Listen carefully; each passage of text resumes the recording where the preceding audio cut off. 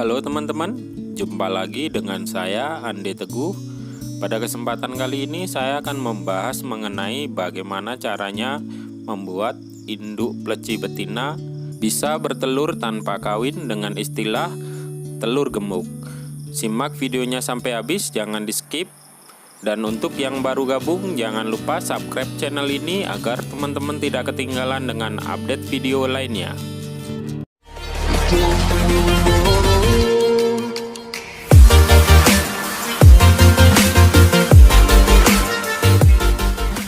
Buat yang baru gabung, jangan lupa subscribe ya, dan jangan lupa nyalakan tombol loncengnya.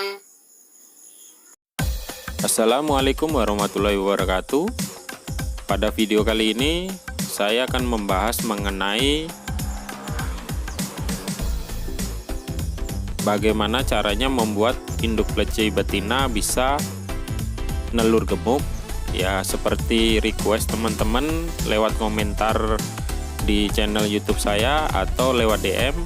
Jadi komentar terbanyak dan DM terbanyak, saya akan membahas mengenai cara membuat induk pleci betina bisa nelur gemuk tanpa kawin. Jadi sebelum kita membahas bagaimana caranya, mungkin ada teman-teman yang masih belum tahu apa itu telur gemuk. Jadi telur gemuk itu telur yang dihasilkan oleh induk pleci betina tanpa adanya proses perkawinan. Jadi sekali lagi, telur bukan hasil dari kawin. Ya, telur bukan hasil dari perkawinan. Jadi tanpa kawin pun, untuk khususnya yang kita bahas, pleci bisa bertelur. Namun karena telur itu tidak dibuahi oleh si jantan, maka telur tersebut tidak bisa menetas walaupun dierami oleh induknya. Seperti itu teman-teman. Jadi caranya bagaimana? Langsung kita bahas saja. Yang pertama, induk pleci betina yang sudah perawatan. Misalnya teman-teman membeli atau baru dapat induk pleci betina yang sudah rawatan oleh orang lain. Jadi perawatan dalam hal ini belum tentu kondisi, belum tentu sehat, dan belum tentu mapan. Jadi makanya saya sebut sudah dirawat oleh pemilik sebelumnya, namun belum tentu kondisi, belum tentu sehat, dan belum tentu mapan. Nah, sebaiknya teman-teman untuk membuatnya bisa menelur gemuk, teman-teman menggunakan sangkar gantung. Tujuannya agar tercipta sebuah ikatan antara pemilik dan induk betina. Karena induk betina ini semakin jinak, semakin bagus, dengan catatan naluri alamnya masih kuat. Seperti itu. Jadi yang pertama, teman-teman coba perbaiki pola gizinya atau pola pakannya kembali. Misalnya tapi ini catatannya asal induk pleci betina tersebut belum pernah kena doping ya. Kadang ada teman-teman yang induk betina pun didopingnya gitu. Dari segi for, nah dari segi for ini teman-teman perbaiki, ganti menggunakan for yang high protein atau kandungan gizinya lebih lengkap. Jadi sebelumnya kalau seumpama sudah, biasanya kan induk betina ini umumnya teman-teman merawatnya cuma sekedar hidup walaupun sudah dirawat lama. Jadi makanya sebelum saya bilang belum tentu kondisi, belum tentu sehat, belum tentu mapan. Dan fornya apa, saya nggak akan menyebut merek. Yang jelas for tersebut satu plastiknya biasanya sekitar 100 gram sampai 150 gram itu dengan harga di atas 20.000. Bisa for lokal, bisa for dari luar. Itu dari segi for. Terus yang kedua, untuk hariannya dari segi buah, bisa teman-teman menggunakan buah yang bersifat membantu menaikkan birahi induk betina, gunanya untuk memperbaiki kesehatan dan metabolisme tubuh juga. Misalnya teman-teman memakai buah jeruk, buah pisang, buah naga, kemudian atau dengan buah seri atau yang lain-lain. Yang penting buah tersebut bisa membantu menaikkan birahi dan membuat stabil. Istilahnya sesekali kita kasih buah pepaya pun tidak apa-apa untuk membuatnya lebih dingin, bersifat dingin. Jadi tidak selalu kita naikkan. Tapi kalau stok buah susah, kita kasih buah pisang tidak apa-apa sih. Tapi pemberiannya sehari habis ya teman-teman. Jadi kita kasih sedikit biar furnya pun dimakannya gitu. Jadi jangan banyak-banyak ngasihnya, kita kasih sedikit, habis tidak habis dalam sehari kita ganti. Seperti itu. Itu untuk pemberian buah. Untuk pemberian EF-nya bisa teman-teman menggunakan seperti ulat kandang, ulat Hongkong, kroto atau jangkrik pun bisa. Jadi pemberiannya itu setiap pagi boleh. Jadi kita dalam setiap pagi kita kasih dalam cepuk kecil, tapi rutin. Tapi istilahnya semama ada kroto, kita kasih kroto setiap hari. Atau ulat Hongkong yang kecil dan yang putih biar lunak setiap hari, seperti itu. Untuk penjemuran atau untuk mandinya sendiri sama aja sih, perawatannya seperti pleci jantan. Jadi bagusnya sih dijemur bentar, habis itu dikasih cepuk mandi biar mandi sendiri. Kalau bisa sih menurut saya tidak perlu disemprot, jadi biar keinginannya sendiri untuk mandi. Jadi kita tidak memaksa. Jadi seperti itu teman-teman. Untuk kebersihan kandang harap teman-teman jaga juga, karena ini akan membantu pleci induk betina akan nyaman dan sehat. Untuk pemberian vitamin, saya sendiri kadang juga memberikan vitamin. Untuk vitamin yang saya pakai, teman-teman bisa tengok di tulisan di pojok kiri atas, karena saya tidak mau menyebutkan merek. Tapi biasanya di kedai-kedai burung banyak yang jual vitamin untuk breeding. Jadi lebih khusus ke betina atau lebih khusus untuk ternak burung. Namun catatannya, ini catatan yang sangat penting, yang namanya vitamin itu sesuai dengan aturan pakai yang ada di produk tersebut. Seumpama 3 tetes sehari, itu udah cukup menurut saya. Jadi tidak perlu sore sama pagi atau tetesnya ditambah lagi dosisnya, itu tidak perlu ya teman-teman. Nanti justru akan merusak, karena kita sudah mendukung dengan pakan yang kualitas. Tadi pakan fur sudah kita perbaiki, buah sudah kita perbaiki, EF juga sudah kita perbaiki tadi itu.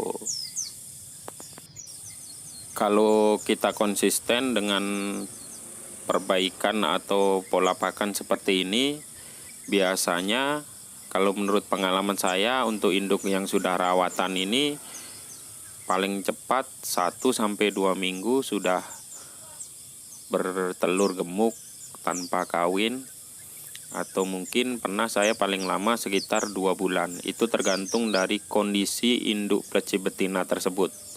Jadi ini tidak baku, itu tergantung dari bagaimana kondisi pleci induk betina tersebut ya teman-teman. Nah, jadi bukan suatu acuan yang baku.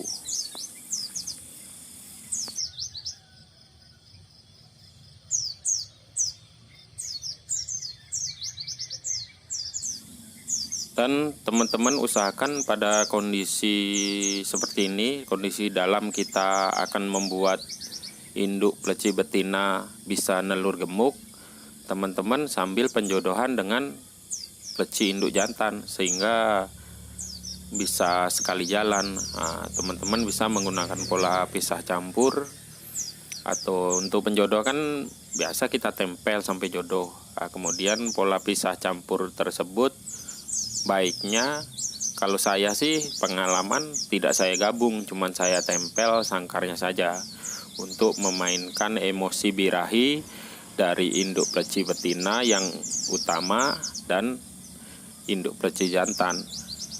Jadi sekali jalan kita teman-teman, sambil penjodohan, sambil menaikkan birahi, dan supaya bisa nelur gemuk.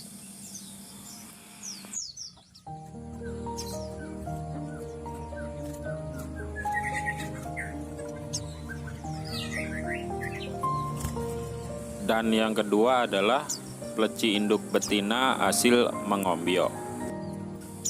Misalnya kayak di video ini adalah pleci betina ombyokan. Jadi teman-teman bisa mengamati dan pasti sudah tahu lah bedanya pleci betina ombyokan dan rawatan. Jadi kalau pleci betina ombyokan itu ya sifat liarnya masih kuat, kemudian masih takut-takut dengan keadaan sekitar, rasanya pengen keluar dari sangkar seperti itu. Jadi kalau kita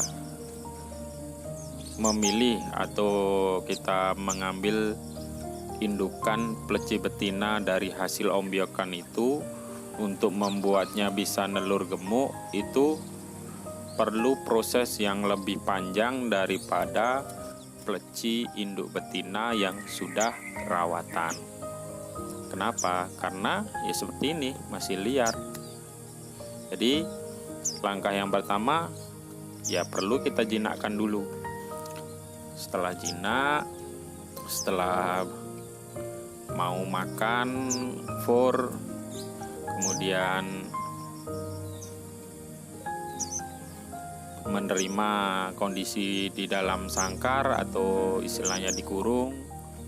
Jadi perlu waktu atau butuh proses yang lebih lama daripada kita mengembali induk pleci betina yang sudah rawatan, walaupun rawatannya sekedar hidup aja, tapi kan sudah terbiasa dengan keadaan sekitar dan dalam kurungan. Jadi prosesnya ya harus penjinaan dulu, baru sesudah jinak kita masuk ke proses selanjutnya, yaitu dari awal tadi proses yang sudah rawatan. Untuk proses penjinaan teman-teman bisa lihat link di pojok kanan atas atau di deskripsi video ini, sehingga saya tidak akan terlalu panjang lebar untuk menjelaskannya. Sudah ada videonya tersendiri. Baru kita masuk ke step perbaikan gizi seperti dalam proses yang pertama. Jadi saran saya untuk teman-teman, jika ingin melakukan atau ingin ternak burung pleci, kalau bisa nih cari induk pleci betina yang sudah rawatan, sehingga paling tidak kita memangkas waktu dalam proses untuk ternak burung pleci, sehingga tidak memakan waktu yang lebih lama. Kalau ombyokan kan perlu penjinakan agar menyesuaikan atau beradaptasi dengan lingkungan sekitar. Kalau untuk pleci rawatan kan sudah beradaptasi, jadi prosesnya lebih mudah seperti itu. Oke teman-teman, itu tadi cara bagaimana membuat induk pleci betina bisa nelur gemuk atau istilahnya bertelur tanpa kawin. Untuk lebih baiknya saya sarankan agar telur tersebut kita tes atau kita coba agar indukan betina juga belajar untuk mengeram selama 10-12 hari itu cukup. Jadi istilahnya untuk menambah jam terbang dari induk betina sendiri, sehingga induk betina akan terbiasa kita ternak dalam sangkar, baik itu sangkar gantung maupun sangkar aviari. Sampai jumpa lagi di video lainnya, semoga bermanfaat. Kalau teman-teman suka dengan video saya, tolong bantu share, like, dan jangan lupa untuk subscribe channel ini agar teman-teman tidak ketinggalan dengan update video lainnya. Kalau ada teman-teman juga yang mau request video apa yang harus saya bahas tentang burung pleci, bisa teman-teman ketik di kolom komentar. Insya Allah nanti akan saya buatkan videonya di lain kesempatan, di lain waktu. Semoga bermanfaat. Sampai jumpa. Assalamualaikum warahmatullahi wabarakatuh.